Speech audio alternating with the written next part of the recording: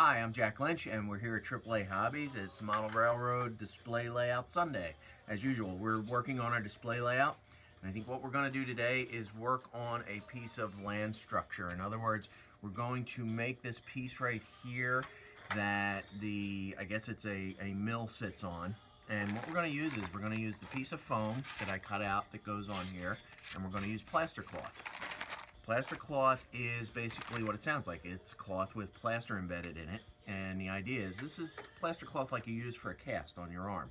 We put this down on top of the foam, and we wet it, and we shape it, and this will give us a nice smooth transition onto the layout so it'll look like a landmass and not just a piece of foam sticking up. So stay tuned, we'll do some more.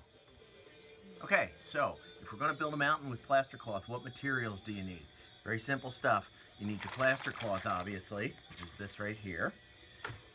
You'll need your piece of foam to cover. You'll need a mixing tray of some sort. It can be a Tupperware jar or Tupperware thing. It can be a paint trough, which is what I use. And this is nice because you can put water in it and just basically drag the plaster cloth through it and get it wet and then lay it down. Then after you do that, you're going to need maybe some brushes so that you can brush down the plaster cloth because you want to fill it in and smooth it out. And obviously you'll need water. So those are the materials. You'll need your plaster cloth, your tray, your water, some brushes, and you're ready to go. Oh, also, it doesn't hurt to get some plastic sheet because what I'm going to do is cover my layout with some plastic all around this area so that I don't get plaster all over the place. Okay, so I've lined out my template here. I'm going to take the paper off the board. You can see now I know exactly where to put this piece of foam. And what I'm going to do is I'm going to take some Gorilla Glue. Gorilla Glue works pretty well with foam to wood, and you want to make sure you get a glue that's not going to eat up this foam. Like super glues and epoxies, they'll eat into the foam, but this Gorilla Glue seems to be pretty good. It doesn't eat it up. It's just when you use Gorilla Glue and you put it on here and you put the piece of foam down, you might want to take something heavy, like a big book, and sit it on top of this so that there's some weight holding it down, because Gorilla Glue expands a little bit as it dries. So my next step is I'm going to glue this piece of foam down. Okay, so what I'm going to do now is glue this piece of foam down to the wood. I know where it goes. I've got my Gorilla Glue. Flip it over. I'll just squeeze out a nice line. A little bit of an S shape. You don't have to use too much, just enough to hold it down, because the plaster cloth will do that too. It'll hold it to the wood. So I've got my glue. I'll flip it over. Put it down on here. And just kind of push down and I'll feel it squishing. And I want to make sure that it's all within these lines that I drew. And then you want to put a little bit of pressure on this as it dries. So what we do is we'll take something heavy like a book. Books are great. Sit it down on there. Push it down, and like I say, the reason I'm doing that is because as Gorilla Glue dries, it expands a little bit and it'll lift. Okay, so I'm getting ready to do my plaster cloth, but the first prep that I've done is I put a plastic sheet around here.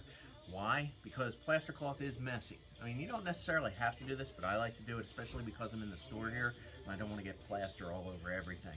So I went out and I got myself some nice cheap plastic. It's inexpensive at the local, Home Depot or hardware store. And I put it over the layout here. And what I'm going to do is I'm going to take my X-Acto knife and I'm just going to carve out around this piece and then remove the plastic. And then I'll tape it back down. And that way this will be open, but everything else will be covered. Okay, so we've mounted our piece of earthwork here to the table. We've put some plastic around it so I don't get plaster everywhere. Now I'm going to take my plaster cloth, which is this guy here, and what I'm going to do is I'm going to lay it across this piece. And what I've done is I've already cut my pieces out, and I'll show you. I've cut 3 pieces that'll lay straight across this. And now what I'm going to do is I'm going to go back and I'm just going to trim the edges, make it a little more round, and then we'll start laying it on. Okay, as you notice, I put my work apron on because things are going to get messy real quick here. I'm going to take my first sheet of plaster cloth. As you can see, it's going to go on the front of this piece of terrain or this piece of groundwork. And I've got my trough. It's just a painting trough like you'd buy at the hardware store to put your roller in. And I'm going to take the plaster cloth, rough side up. I'm going to run it through this guy. I'm going to get it totally wet. And then, when it's wet, very quickly take it out, let it drip a little bit, and just lay it straight down on the front of this. Now you can see why I put all this plastic down, because there's water and plaster and everything else going here. So I'll lay it down. And you want to get it nice and flat. You don't want any wrinkles in it. Make sure you cover the whole thing. I'm going to pull it over just a little bit here. I can feel it coming down. And then you just take your hands and going to get nice and messy and just smooth this down. And you can see as I smooth it, all these little holes where the plaster cloth is impregnated with plaster fill. And I think I'm a little close here. Alright. Now Steve will walk around and film some of this area. As you can see, it conforms to its shape very nicely. And like I say, you take your hands and just spread them over here. And you can see it filling in. And if it doesn't fill all the way, you can take some extra plaster. And what I like to do is just keep the water here so I can keep my hands clean. There's a product called Shaper Sheet Plaster. And basically it's plaster like on the cloth. And I can take a little cup of that and just sprinkle it on these areas that have some of the holes showing through.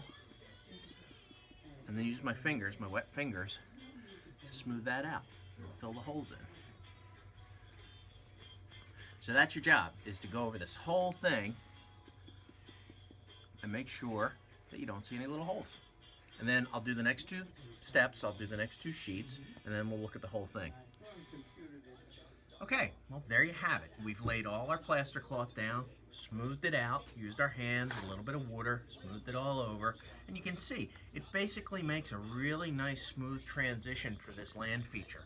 And one of the reasons I did this and I'm showing this is because this technique, the plaster cloth technique on foam or on wooden formers, can be used for any number of different types of terrain features. Mountains, small plateaus like this, little tiny round bumps, mountains, anything. So if you want to do any terrain features, this is a good way to do it, and the plaster is a nice surface when it's dry to apply all your groundwork and base features.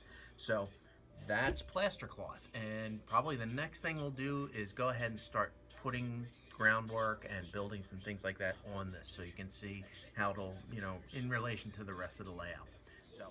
So we've laid plaster cloth around the edges where the styrofoam was between the layers, and now my assistant Steve is applying a little bit more plaster on the cloth so that we can eliminate this edge that runs around here. Okay, so here's what we accomplished today. We did this piece here, which I showed you how to do. Then we went ahead and we cut strips and we filled in the transitions between the levels on the layout with plaster cloth. So this is basically my terrain, and I'll go from here with buildings, groundwork, and so forth, but this is what we did today.